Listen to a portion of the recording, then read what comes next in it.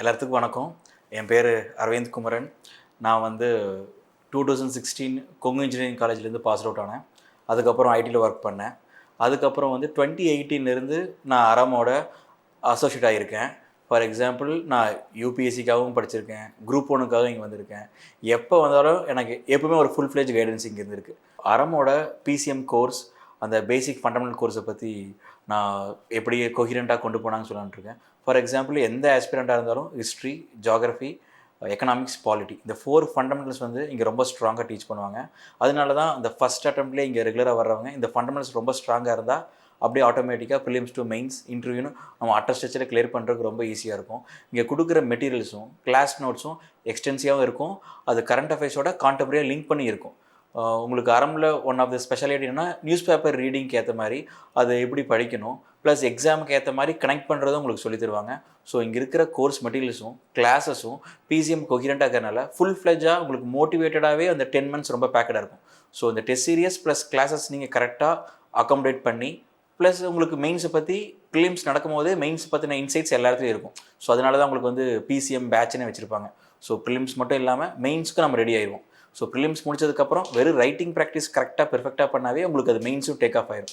So இந்த comprehensive course வந்து ஒரே இடத்துல ஹோலிஸ்டிக்காக கிடைக்கிறதுனால it is a better option. So that entire PCM is covered. So இந்த 10 மாதம் கரெக்டாக இருக்கும். மோட்டிவேட்டாக வாங்க, எனர்ஜியாக வாங்க. You have accessible to every teachers.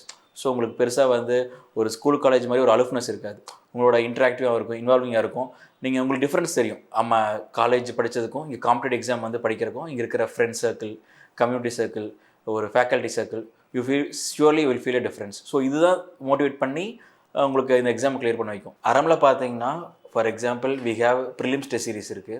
அது எக்ஸ்டென்சிவாக சப்ஜெக்ட் வைஸாகவும் கவர் பண்ணுவாங்க. ஸ்பெசிஃபிக் ஃபோக்கஸ் ஏரியா ஒரு ட்ரெண்டு, ஒரு ப்ரிலிம்ஸ் எந்த ட்ரெண்டில் இருக்குன்னு சொல்லிட்டு இம்பார்ட்டண்டான க்ரூஷியல் ஏரியாஸுக்கும் ஒரு டெஸ்ட் சீரிஸ் இருக்குது. அப்புறம் ஃபைனலாக வந்து ஃபுல்லாக ரிவிஷன் டெஸ்ட்டும் ஆல் இந்தியா லெவலில் மாக் டெஸ்ட் இருக்குது. ஸோ டெஸ்ட் ரேங்கிங்கில் என்ன முக்கியம்னா ரேங்கிங்ஸ் போடும்போது நமக்கே எந்த அளவுக்கு எவ்வளோ தூரம் படிக்குங்கிற ஒரு காம்படிட்டிவ் ஸ்பிரிட்டும் இந்த டெஸ்ட் சீரிஸ் டெவலப் ஆகும்.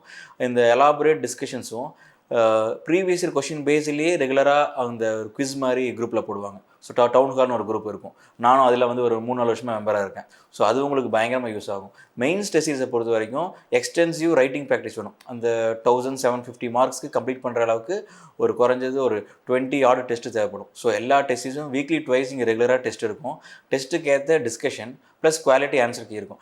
இதை கரெக்டாக ஃபுல் ஃப்ளெஜாக பண்ணவே மெயின்ஸ் ஆட்டோமேட்டிக்காக ஹோலிஸ்டிக்காக உங்களுக்கு ஃபுல் ஆயிடும். சைட் பை சைடு உங்களுக்கு ஆப்ஷனில் போகும். ஸோ இந்த டீட்டெயில்டு மெயின்ஸ் டெஸ்ட் சீரியஸ் அப்புறம் ப்ரிலிம்ஸ் டெஸ்ட் சீரிஸ் உங்களுக்கு கரெக்டாக இயர்லி நீங்கள் கோர்ஸ் படிக்க ஃபுல்லாக நடக்கும். ஸோ டெஸ்ட் சீரிஸ் வந்து ரொம்ப க்ரூஷியலான இம்பார்ட்டன்ஸ். ஈவன் நீங்கள் அரப் ஸ்டூடெண்ட் வந்து கோர்ஸ் முடித்தா கூட டெஸ்ட் சீரிஸை நீங்கள் ரெகுலராக கண்டினியூ பண்ணால் இது எல்லாமே ப்ரொடக்டிவாக ஃபைலில் மாறிடும். ஸோ இந்த டீட்டெயில் எலாபரேட் டெஸ்ட் சீரிஸை வந்து எனக்கு அரமில் கிடைச்சது. I feel gifted. ஹிஸ்ட்ரி ஆப்ஷனில் நான் ரெகுலராக வந்து பாலா சார்கிட்ட என் பேப்பர் காமிச்சு இன்புட் வாங்கியிருக்கேன். என்னோடய வேல்யூ அடிஷன் ஃபுல்லாக பேஸ் தாண்டி வேல்யூ அடிஷன் ஃபுல்லாக நடந்தது அரமில் தான். அதுக்கப்புறம் கார்த்திகேயன் சார்ட்ட வரும்போது இது எனக்கு 3வது மெயின்ஸ் இது. ஸோ ஒவ்வொரு வாட்டியும் எத்திக்ஸில் வந்து வேல்யூ அடிஷன் பண்ணி கார்த்திகேயன் சார்கிட்ட நான் ஸ்பெஷல் கைடன்ஸ் நிறைய இடத்துல வாங்கியிருக்கேன். ஸோ அரம் ஈகோ சிஸ்டமில் நான் ஸ்பெசிஃபிக்காக கம்பேரிட்டிவ் எல்லா யூனிக்காக நான் ஃபீல் பண்ணது எதுனா எப்போவுமே ஆக்சசிபிலிட்டி இங்கே இருந்திருக்கு.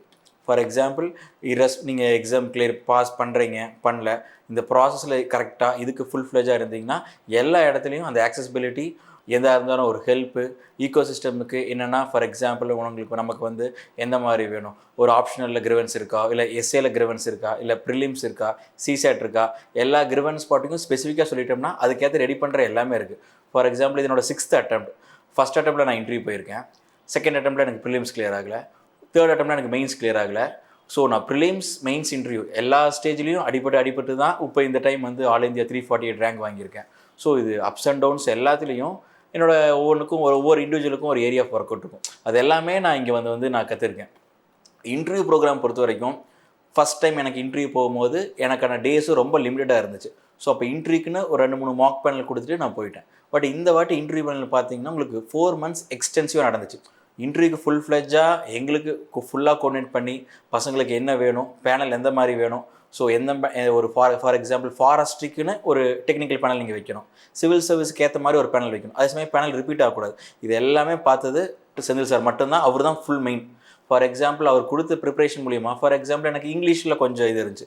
ஸோ இங்கிலீஷுக்கு தனியாக ஒரு ட்ரைனிங் நாங்கள் பண்ணோம். டெக்னிக்கல் ஆன்சர்ஸ் இம்ப்ரூவ் பண்ணுறக்கு ஒரு செஷன் வச்சார், ஹிஸ்ட்ரி பேஸ்டுக்கு ஒரு செஷன் வச்சார். ஸோ இன்டர்வியூ ப்ரிப்பரேஷன் மூலிமா கூட என்னோட ரேங்க் இம்ப்ரூவ் ஆகிருக்கலாம்.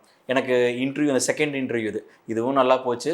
ஃபார் எக்ஸாம்பிள் இதுக்கு முக்கிய காரணம் வந்து எனக்கு அரமோட interview preparation. For example 90% of என்னோட கொஷின்ஸ் வந்து ஹிஸ்ட்ரி அண்ட் டேஃப்ல இருந்து தான் போச்சு. ஸோ டேஃப் எல்லாமே நான் இங்கே நல்லாவே ட்ரெயின் ஆகிருந்தேன். ஸோ ஸ்டார்டிங் ஃப்ரம் நான் போய் அரமில் ஜாயின் பண்ணுறவங்களுக்கும், இங்கே படிக்கிறவங்களுக்கும், இல்லை மெயின்ஸ் ப்ரிப்பரேஷன் ஆகட்டும், இல்லை இன்டர்வியூக்கு இங்கே வரவங்களுக்கும் எல்லாருமே ஒரு ஸ்டேஜ் ஆஃப் ப்ராசஸில் சின்சியராக வந்தீங்கன்னா the ecosystem will help you for anything. So for example prelims clear பண்ணிங்கன்னா மெயின்ஸுக்கு இந்த test series entire set of faculties இங்கே நல்லா இருக்காங்க. இன்டர்வியூ வந்துட்டிங்கன்னா மொத்தமே இந்த கம்யூனிட்டியை ஹோல்டு பண்ணுவாங்க. ஈவன் ஃபார் எக்ஸாம்பிள் ஒரு இன்டெலெக்சுவல் சப்போர்ட் வேணுமா, இல்லை கைடன்ஸ் வேணுமா, இல்லை ஃபினான்ஷியல் சப்போர்ட் வேணுமா, எல்லா ஆஸ்பெக்டும் நமக்கு இருக்குது. ஸோ வந்து ஒரு ஹோப்போடு வாங்க. இது ஒரு சைக்கிள் கொஞ்சம் சேலஞ்சிங்காக இருக்கும், பட் கரெக்டாக பண்ணிங்கன்னா இது ஈஸியாக கிளிக் ஆகிடலாம். அதுக்கு ஃபார் எக்ஸாம்பிள் நான் ஒர்க்கை விட்டுட்டு தான் இங்கே வந்தேன். இது 5.5 இயர் ஆயிடுச்சு. பட் இந்த எக்ஸாமுக்குள்ளே இருந்தனால இந்த 5.5 வருஷம் போனதே எனக்கு தெரியல. எனக்கு இது 6 அட்டெம்ப்ட் தேவைப்பட்டுச்சு. பட் இது கரெக்டாக பண்ணால் அவ்வளோ அட்டெம்ப்ட் யாருக்கும் தேவைப்படாது. சீக்கிரமே கிளியர் பண்ணிவிட்டு சீக்கிரமே பாஸ் ஆகிடலாம். ஸோ எல்லாத்தினாலே முடியும். So thanks to Karthikeyan sir, Senthil sir, Bala sir, Dilip sir and Padma ma'am. ஏன்னா நான் இவங்க எல்லாத்துக்கூடையும் நான் காண்டாக்டில் இருந்திருக்கேன், டச் இருந்திருக்கேன், ஆக்சஸபிளாக இருந்திருக்கேன். ஸோ எனக்கு தெரிஞ்சு ஒரு ஃப்ரீயாக வீடு மாதிரி தான் இருந்துச்சு இங்கே படிக்க வந்தது. So thank you.